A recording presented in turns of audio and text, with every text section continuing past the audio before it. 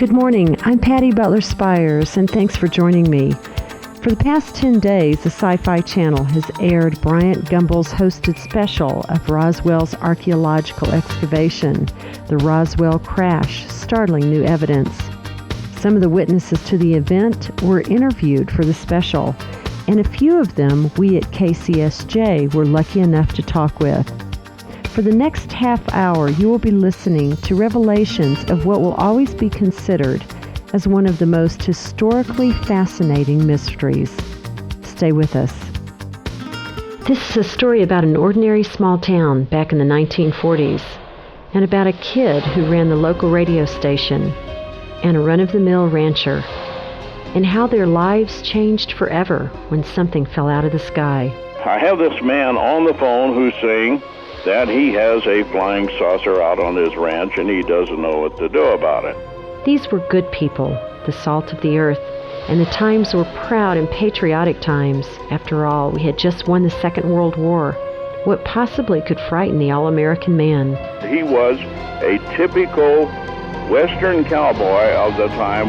I was thinking that he probably was, a guy who was just exaggerating whatever information he had on the subject. Later, though, I was to definitely change this opinion, because everything that he told me worked out.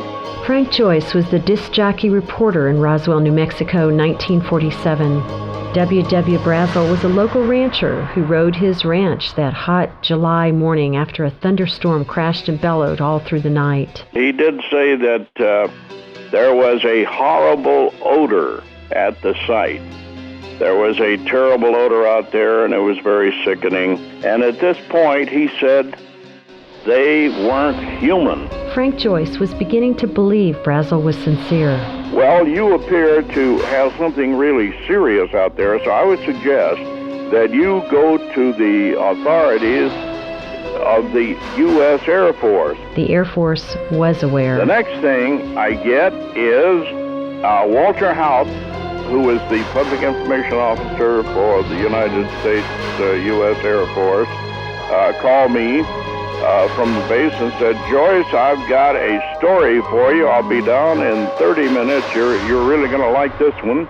And I said, "What's it about?" And he said, "Flying saucers." I was instructed to put out a press release, which in effect stated that we had in our possession a flying saucer. But Frank, in spite of his youth, was practical. He warned Hout. "You'd better be careful because this may be government secret." But Hout was certain of his orders. When the boss man tells me it's a flying saucer, believe me, it's a flying saucer. They were simply doing what they had been told. And from that point on, nothing would be the same. Headline edition, July 8, 1947. The Army Air Forces has announced that a flying disc has been found and is now in the possession of the Army. Army officers say the missile, found sometime last week, has been inspected at Roswell, New Mexico, and sent to Wright Field, Ohio, for further inspection. It shocked me more than anything else. Once that got on the news media, it went around the world. When I got home, my wife said, "My gosh, they're calling from all over the world." And then the orders were reversed. The next day, Ramey came back and said we were wrong.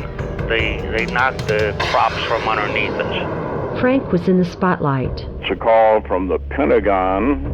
The call was a threat, and not a very subtle one. And he says, "I'll show you what I can do." And click.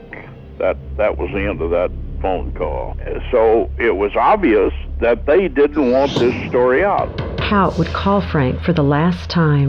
He says, "I am being held in my office by military police. I shouldn't have released that story." Only a few hours later, Frank Joyce received another disturbing call.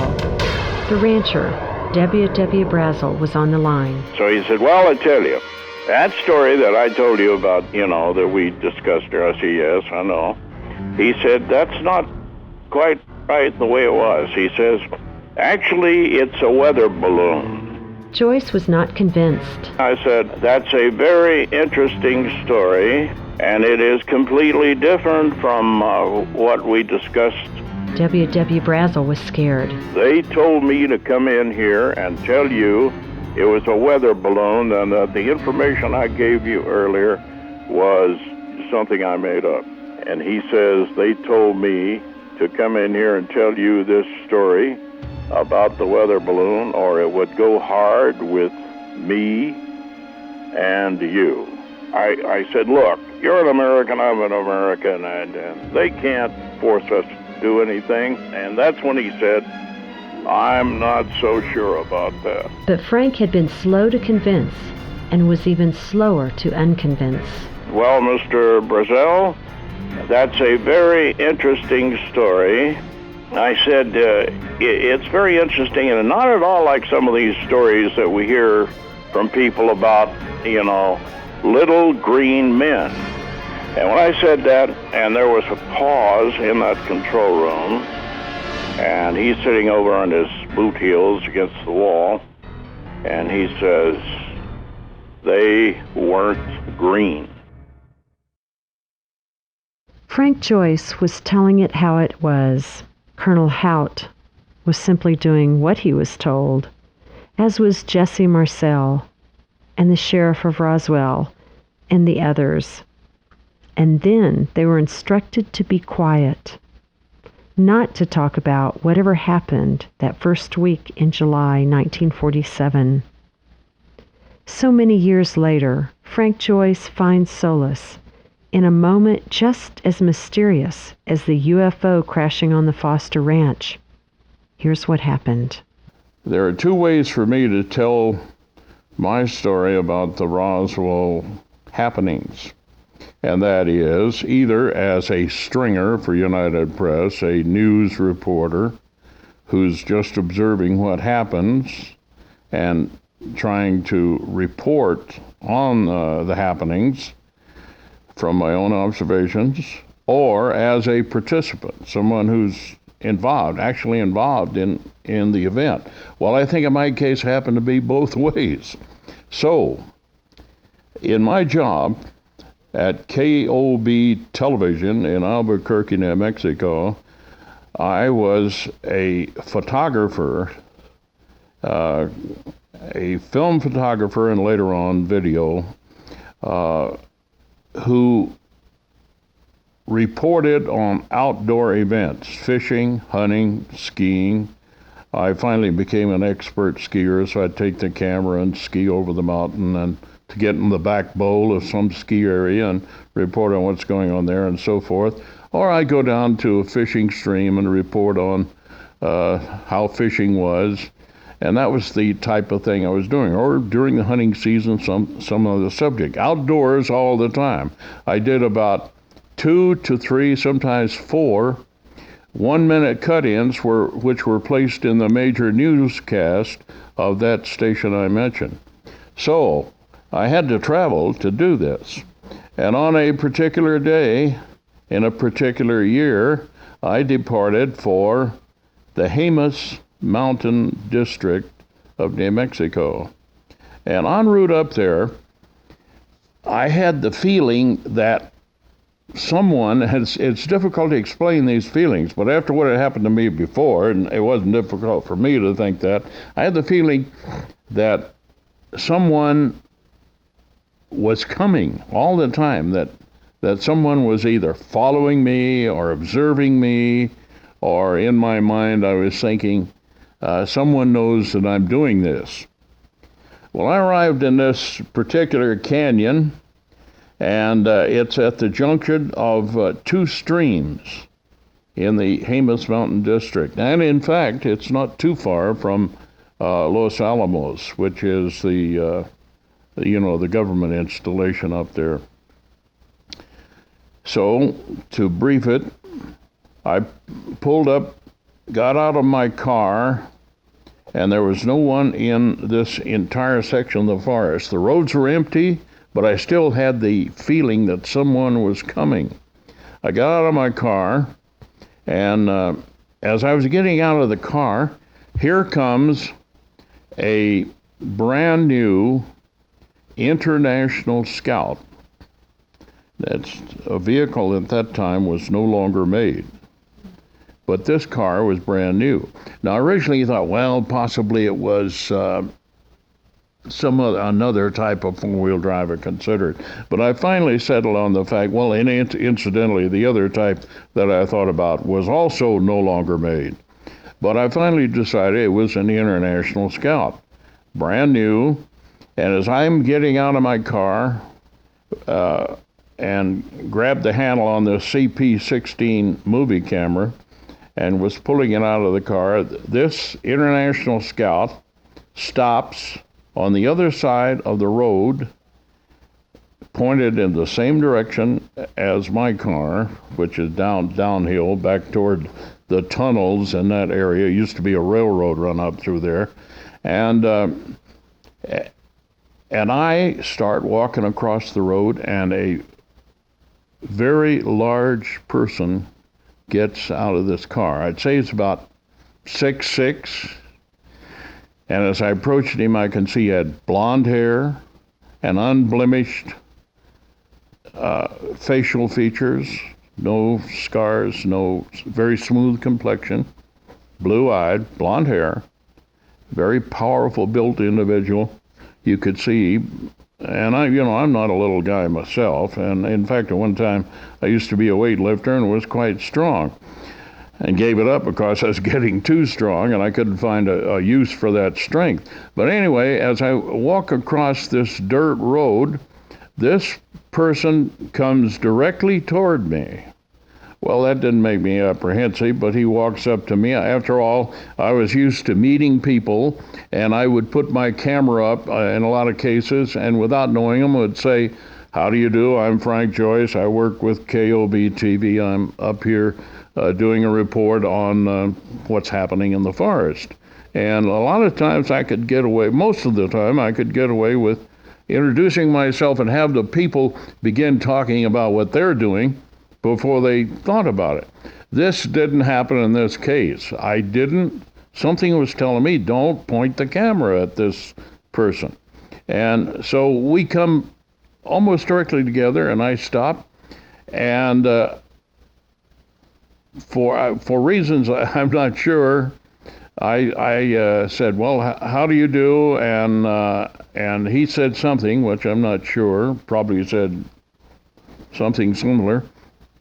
I think he asked me how I was. That was it. "How are you?" And I said, "Well, I'm worried about all this UFO stuff." I started talking. I did. He didn't. Immediately.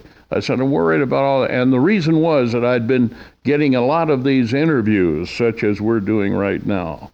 And people calling me from places like Germany, New Zealand, Brazil, so you name it, wanting to talk about the UFOs and so forth. And I said, well, these UFO things are sort of getting me down. And immediately he starts reassuring me. He says, "Well, you don't have to worry about a UFO incident." And while he's talking to me, I'm thinking, this person is very important, and he is a powerful individual. This person is someone that I want to know, and I want him to know me. I started thinking this stuff, which didn't make much sense at that time in the middle of the forest. And he said, "You don't have to worry about a UFO incident." And he made one or two other statements more or less along that line. And he said, I've had a UFO experience myself." Well, later on, I was to think, "I'll bet you have." And at that time, I'm not so aware of the type of car he's in, and that it is brand new, and I haven't seen one of those for years, and what is it doing brand new? So we're standing there, and I said, "Well, I'm here to take some shots," but I just didn't do what I usually do, which is say, "Let me interview you." That was passé. And so I thought it's important that this man knows who I am. And I reach in my pocket. I always carried a number of identity cards, which said Frank Joyce, KOB Television, Broadcast Square, and so I said, it's important. I sang this to myself. It's important he knows who I am. And I reached in my pocket, and I pulled out my card and had the camera in the other hand, and they were big film cameras, and I handed him this card, and he took the card, and I also extended my hand after he took the card, and he looked, and I later thought that he looked reluctant to take my hand. And so finally he took my hand. And I used to weight lift, as I said. When this person touched me, I knew that a real power had taken my hand. You know, this man was very strong. And so he didn't apply a lot of pressure, though, but I could just feel the strength. So far nothing sensational has happened, except that I'm sort of mesmerized by what's going on.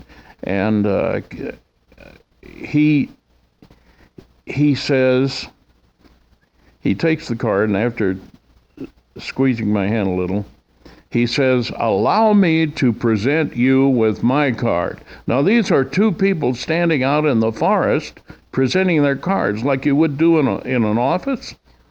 He says, "Allow me to present you my card." And he hands me a card.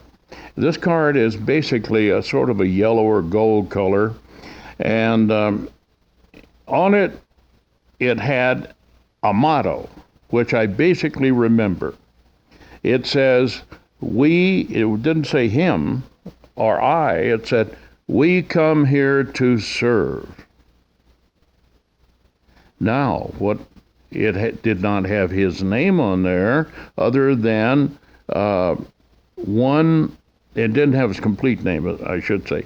It had a first name which began with an M and was something like, I try as I might, I cannot remember to this day exactly what it said, what type of name it was. It was something like Micrit. It wasn't Michael. You know, I kept thinking, well, is that Michael? No, it's not. But it began with an M. Now, the important thing about that card, it did not have an address. It did not have a phone number. Every card I've ever received from anyone, and my card I just given him, had all of that. And his only had a motto: "We come here to serve." So then he said something about, I'm not too sure what it was, but he said, and this didn't make any sense at the time, but later on I figured out why he did. He said something about his mother. Really, I'm serious, and I'm saying his mother. You know, something about what his mother had said to him, or what his mother thought. Maybe it was what his mother thought about places like this, or so on. So I just mentioned that in passing. So we're still standing there, and he says, "You don't have to worry about UFO events because I've had one myself, and there's not something there." Oh, his other words were, "They can be uplifting, an uplifting experience." I was leaving that out, and so I'm really not saying much, and I'm still not trying to interview him. And just abruptly, he says goodbye. And he turns around and walks over to his car, and I'm standing there. Now, the thing about this, he was parked on the left side of the road. I was on the right side where it pointed downstream, and it's a dirt road, and he's sort of up on a little rise there. He walks back to the car and the International Scout. I'm standing there, and I've got his card, which I put in my pocket. And he gets in this vehicle, starts it up, turns around, drives back up the road where he came from immediately that I got there. All right, now I'm going to skip ahead of this because I know I drive you crazy with the details. I came home, I finished the day and went and interviewed someone somewhere in another. There was no one in that entire canyon. I went over to the next one, probably over to Fenton Lake or someplace like that, and did some interviews, went back, and then when I went home that night, I took the card out of my pocket and looked again. It had this motto, we come here to serve, and I don't know what I thought about the name, but it was a different name. And I just don't remember exactly the type of name it was. So if I tried to tell you exactly what type of name it was, maybe it'd be like making it up, which I don't want to do. But could have been a foreign name, you know. But as I recall, it's only one word, you know, like if it were Michael, it would have said, Michael, we come here to serve. So I had a collection of cards. I put this card in my collection. And then I went on and did whatever my routine was for the next day or so. And then I began to reflect about that. And I thought, well, why were you so... I seemed confused when I was with him and hesitant. Why didn't you do the usual thing you did? Why did you immediately give him your card, and why did he give you this card saying very formally, allow me to present you with my card?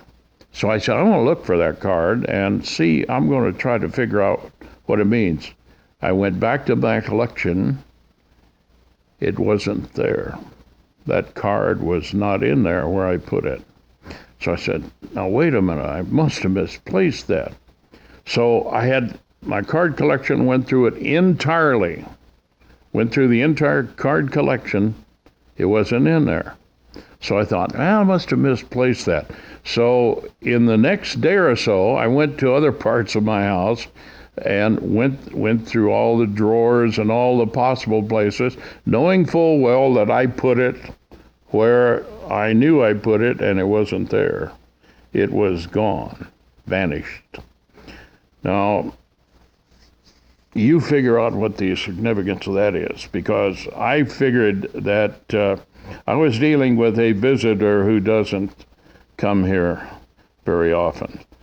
He said to me, did I tell you there earlier, I come here from time to time. Did I mention that? And as a service. Did I leave that out in the first part? That's what he said to me when we were standing up there. I come here from time to time as a service. Now I'm going to add one little thing to this that may authenticate this story a little, and you can believe maybe I'm not going out of my mind, was years later, I'm from time to time asked to talk to various clubs about the events. I was talking to the MUFON Club in Albuquerque, and I tell this story, and I probably told it better then than I just told you, because it's 10 years back from here. And there was a lady there, and I'm not going to mention her name now, but I know her, and her father had some experiences, and I had been involved with him, and he even had talked to her mother many years before about an event. But this young woman says, Mr. Joyce, I'm standing up there after concluding this story, and she said, Mr. Joyce, and I said, yes. She says, I have a friend in Wyoming who met a person like that, who she described to me exactly as you've just described this person, and she says he gave her a card and her card disappeared. Now, to me, that's authenticating what I'm telling you. It authenticates, like when I go back to the 1947, and I didn't believe all that stuff W.W. Brazil was telling me at first, but later I began to pick up evidence and try to use that to prove what I had heard and seen myself. And I really didn't believe that until I got to one day saw my own UFO over the ranch lands out north of Roswell. So, this story I just told you, and the girl in the audience authenticating it, made it very believable. You always need someone who can help you prove whatever it is that you're talking about. And who does Frank Joyce think this stranger was? Well, now you want my simple explanation for that? I think that he came from some superior race. He was a superior being as far as I was concerned, and I'm a big guy, and I can take care of myself, and I had to conclude that I was dealing with a superior person, and that where he came from, he went back to, and that when he went back to where he came from, what he brought here disappeared, went with him for whatever reason, scientific or otherwise, or my imagination. I can't explain that. As for him mentioning his mother to me, I finally decided, you probably think this is strange, I decided that he did that because he knew. I'm not going to say he could read my thoughts, but maybe he could. Because I felt, there used to be a show called The Shadow, and the shadow could oppress people's minds. I later realized that my mind was sheltered, shadowed by the events that were taking place there. And the reason he mentioned his mother was, I think, that he didn't want me to believe that he was a god or something like that. That he knew that the impression he was making on me. But I believe that the reason he told me about his mother was, I am flesh and blood. You are not seeing a figment of your imagination. And even when he looked at my hand, offered him my hand, he was reluctant to take it, but he did. He finally touched me, and I could feel that power. In the lifetime of those who saw and heard and know of life not of this earth, there will be no closure. But in someone's lifetime, mine, yours, our children's, we will have answers. To Frank Joyce and all the other elders of Roswell, we thank you for not being quiet. Until next Sunday morning, I'm Patty Butler Spiers.